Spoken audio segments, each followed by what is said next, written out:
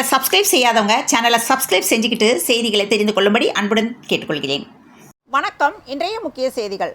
குறுவை சாகுபடிக்காக ஒவ்வொரு ஆண்டும் ஜூன் மாதம் 12ஆம் தேதி மேட்டூர் அணையில் திறக்கப்படும் நிலையில் இன்று தமிழக முதல்வர் மு.க.ஸ்டாலின் மேட்டூர் அணையில் பாசனத்திற்காக நீர் திறந்து வைத்துள்ளார். தமிழக அரசியலில் முக்கிய கட்சியாக இருக்கும் பாட்டாளி மக்கள் கட்சியில் கடந்த சில மாதங்களாக தந்தை மகன் இடையே மோதல் வெடித்துள்ள நிலையில் இன்னும் ஓரிரு ஆண்டுகள் கட்சி தலைமை பொறுப்பிலிருந்து எனக்கு உரிமை இல்லையா என்று டாக்டர் ராமதாஸ் சுருக்கமாக கேள்வி எழுப்பியுள்ளார். இந்நிலையில் குலசாமி என்று சொல்லிவிட்டு நெஞ்சுக்குழியில் குத்துகிறார்கள் என்றும் ராமதாஸ் வேதனை தெரிவித்துள்ளார். அரசு தொழில் பயிற்சி நிலையத்தில் மாணவர் சேர்க்கை நடைபெறுவதால் இணையதளம் மூலம் விண்ணப்பிக்கலாம் என்ற தகவல் வெளியாகியுள்ளது. சென்னை மாதவரத்தில் கழிவுநீர் குழாய் அமைக்க தோண்டப்பட்ட பள்ளத்தில் மண் சரிந்து ஏற்பட்ட விபத்தில் சிக்கி மாநகராட்சி ஒப்பந்த ஊழியர் பலியாகியுள்ளார். திருச்செந்தூர் அருகே 16 வயது பள்ளி சிறுமியை பாலியல் வன்கொடுமை செய்த ஆட்டோ டிரைவர் கைது செய்யப்பட்டுள்ளார். திமுக கூட்டணி உறுதியாக உள்ளது. இந்த கூட்டணியை குலைக்க முயற்சிக்கிறார்கள் என்று விசிக தலைவர் திருமாவளவன் குற்றம் சாட்டியுள்ளார். மேட்டூர் அணையிலிருந்து பாசனத்துக்காக தண்ணீரை முதல்வர் ஸ்டாலின் திறந்து வைத்தார். இதனால் விவசாயிகள் மிக மகிழ்ச்சி அடைந்தனர்.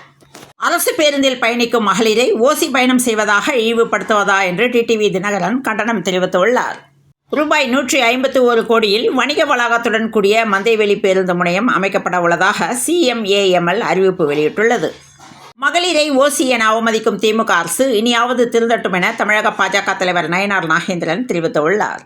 மதுரை தல்லாக்குளம் விசாலாட்சிபுரம் பகுதியைச் சேர்ந்தவர் பிரியா, வயது 39. இவரது கணவர் கடந்த 10 வருடங்களுக்கு முன்பு இருந்துவிட்ட நிலையில் அவர் தனது 2 மகன்கள் மற்றும் மகளுடன் வசித்து வந்தார். பிரியாவின் மகள் அர்ச்சனா, வயது 14, அந்த பகுதியில் உள்ள பள்ளியில் 9ஆம் வகுப்பு படித்து வந்தார். இந்த நிலையில் அர்ச்சனாவின் தோழி மதுரையில் உள்ள தனியார் பள்ளிக்கு மாறியதாக தெரிகிறது.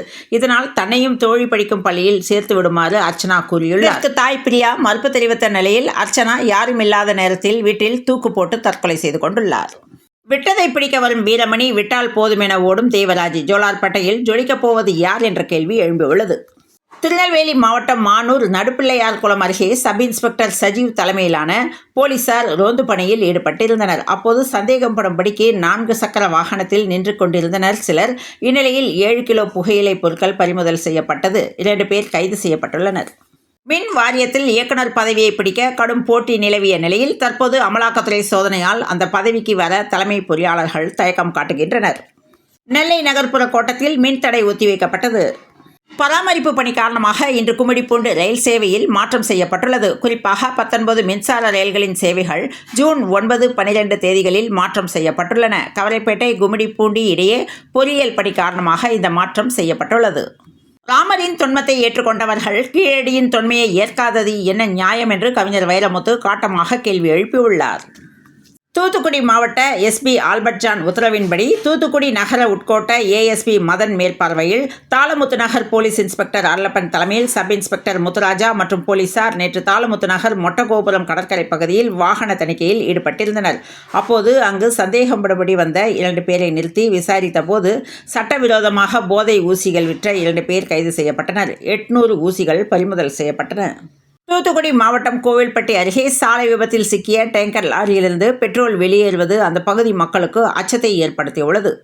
சென்னை விமான நிலையத்தில் தொடரும் லேசர் தாக்குதல்கள் நடைபெறுகிறது. இதுவரை 27 லேசர் கற்றை குறுக்கீடு சம்பவங்கள் பதிவானது. ஏரி ஆக்கிரமிப்பு குறித்த அறிக்கை தாமதம் அளித்தது குறித்து தலைமை செயலர் மீது தீர்ப்பாயம் அதிருப்தி தெரிவித்துள்ளது. மீன்களின் இனப்பெருக்கத்தை அதிகரிக்க ஒவ்வொரு ஆண்டும் மீன்பிடி தடை காலத்தை மத்திய அரசு நடைமுறைப்படுத்தி வருகிறது. ஒவ்வொரு ஆண்டும் ஏப்ரல், மே மாதங்களில் மீன்பிடி தடை காலம் அறிவிக்கப்படும். இந்நிலையில் தமிழகத்தில் கடந்த ஏப்ரல் 15ஆம் தேதி முதல் மீன்பிடி தடை காலம் தொடங்கியது. இதனால் தமிழக மீனவர்கள் ஆயத்தமாகி வருகின்றனர்.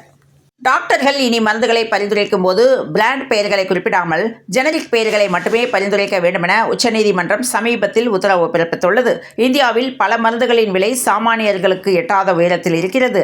இந்த சூழலில் இந்த உத்தரவு மிகுந்த முக்கியத்துவம் வாய்ந்ததாக கருதப்படுகிறது.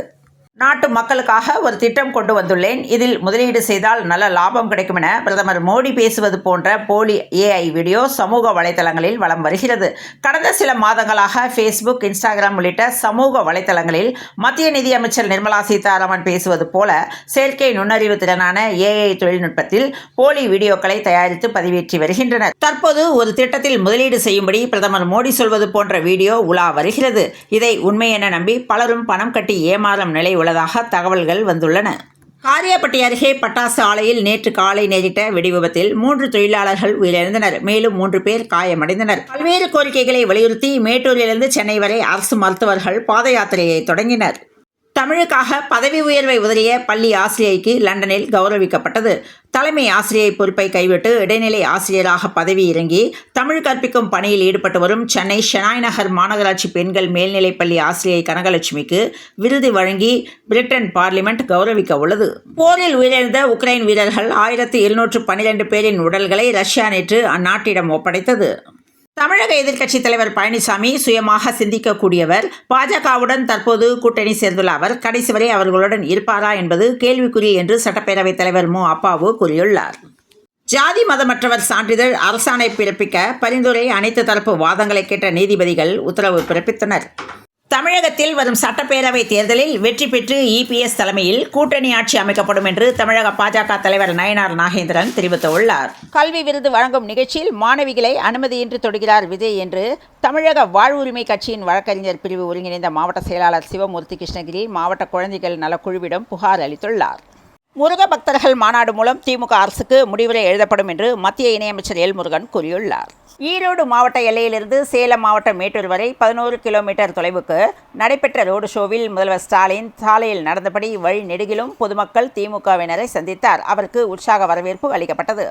தேமுதிகவுக்கு மாநிலங்களவை இடம் வழங்குகிறோம் என்று அதிமுக பொதுச் செயலாளர் பழனிசாமி வழங்கிய கடிதத்தை அரசியல் நாகரிகம் கருதி வெளியிடவில்லை என்று கட்சியின் பொதுச் செயலாளர் பிரேமலதா தெரிவித்துள்ளார். கிருஷ்ணா நீருக்கு 153 கோடி ரூபாய் நிலுவைத் தொகை வழங்கும்படி ஆந்திரா அரசு கேட்டுள்ள நிலையில் அது தொடர்பான கணக்கு விவரங்களை தமிழக நிதித்துறை அலசி ஆராய்ந்து வருகிறது. டிஎன்பிஎல் T20 கிரிக்கெட் தொடரில் நேற்று முன்தினம் இரவு கோவையில் நடைபெற்ற ஆட்டத்தில் இரு அணிகள் மோதின. முதலில் பேட் செய்த சேலம் அணி 8 விக்கெட்டுகள் இழப்புக்கு 179 ரன்கள் குவித்தது. சவுதியை வீழ்த்தி உலகக்கோப்பை கால்பந்து தொடருக்கு ஆஸ்திரேலிய அணி தகுதி பெற்றது. விராட் கோலி ஓய்வு பெற்றது குறித்து ரவி சாஸ்திரி கருத்து கூறிய போது, முடிவு எடுக்கும் அதிகாரத்தில் நான் இருந்திருந்தால் ஆஸ்திரேலியா தொடருக்கு பிறகே விராட் கோலியிடம் கேப்டன்சியிடம் கொடுத்திருப்பேன் என்று கூறியுள்ளார். தங்கம் விலை இன்று மீண்டும் உயர்ந்துள்ளது. சென்னையில் அதன்படி இன்று 22 கேரட் ஆபரண தங்கத்தின் விலை பவுனுக்கு ரூபாய் 640 உயர்ந்து ஒரு சவரன் 72,800 ரூபாய்க்கும், கிராமுக்கு ரூபாய் 80 உயர்ந்து ஒரு கிராம் 9,100 ரூபாய்க்கும் விற்பனையானது. வடக்கு ஆந்திர கடலோர பகுதிகளுக்கு அப்பால் உள்ள மத்திய மேற்கு வங்கக்கடல் பகுதிகளின் மேல் ஒரு வளிமண்டல மேலடுக்கு சுழற்சி நிலவுகிறது. இதன் காரணமாக இன்று தமிழகத்தில் ஒரு சில இடங்களிலும் புதுவை மற்றும் காரைக்கால் பகுதிகளிலும் இடி மின்னல் மற்றும் பலத்த காற்றுடன் கூடிய லேசானது முதல் மிதமான மழை பெய்யக்கூடும் என்று சென்னை வானிலை ஆய்வு மையம் தெரிவித்துள்ளது. தமிழகத்தில் இன்று 2 மாவட்டங்களில் கனமழைக்கு வாய்ப்பிருப்பதாக சென்னை வானிலை ஆய்வு மையம் தகவல் தெரிவித்துள்ளது. இத்துடன் இந்த செய்திகள் நிறைவடைந்த நிலையில் தொடர்ந்து இணைந்திருங்கள் பிரபாஸ் கதமம் செய்திகளுடன். மீண்டும் மற்றொரு செய்தியில் சந்திப்போம். நன்றி, வணக்கம்.